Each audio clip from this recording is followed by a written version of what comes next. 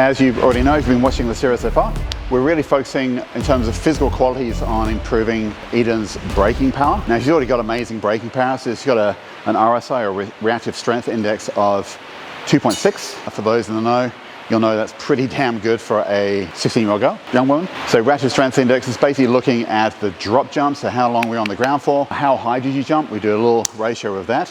Ratios aren't always a great idea, because we can basically get a distortion in the end number because of variations in the two numbers. So we're looking at that. So in Eden's case, the actual ratio number we're looking for, 2.6, is very, very good, because we've got really fast contact time and really high jump height, which is the key there. So really good RSI, elite, absolutely elite for her age. Just so you know, 16-year-old girls all over Australia, you're in the 100th percentile. So it means you're really good, which is awesome. So that tells us we've got some really good, the beginning of some really good braking qualities. Also, when we look at her counter movement jump and single leg counter movement jumps as well, we've got really good eccentric peak force and eccentric peak velocities as well, which means she's really good at jamming the brakes on anyway.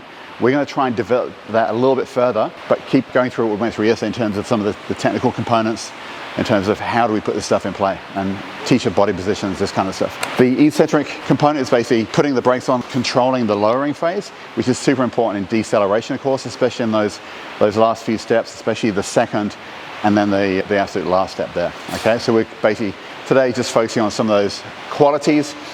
We're going to run through some isometric knee pushes, make sure she's where we think she is before we progress her onto the eccentric holds. So a lot of our training now is progressing into eccentric kind of loading. So we do some eccentric holds on the isometric work for the run work.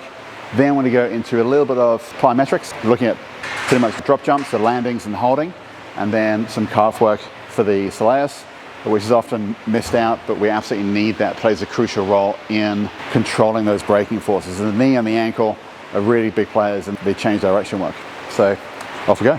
Based on Eden's maximal iso push that we tested, I thought would be fine, but we just wanted to make sure we were absolutely fine. So that kind of gives us the green light to move into the eccentric holds. The next 3 weeks for Eden's going to be all about eccentric holds, control, not yielding quickly, being able to put up a fight against forces going through the body, which is the key to the braking. So she's done her first set. We're going to do a second set. We're doing 2 sets of 3 6-second holds and add 100 kilos. Feeling good? Yeah. Let's get it.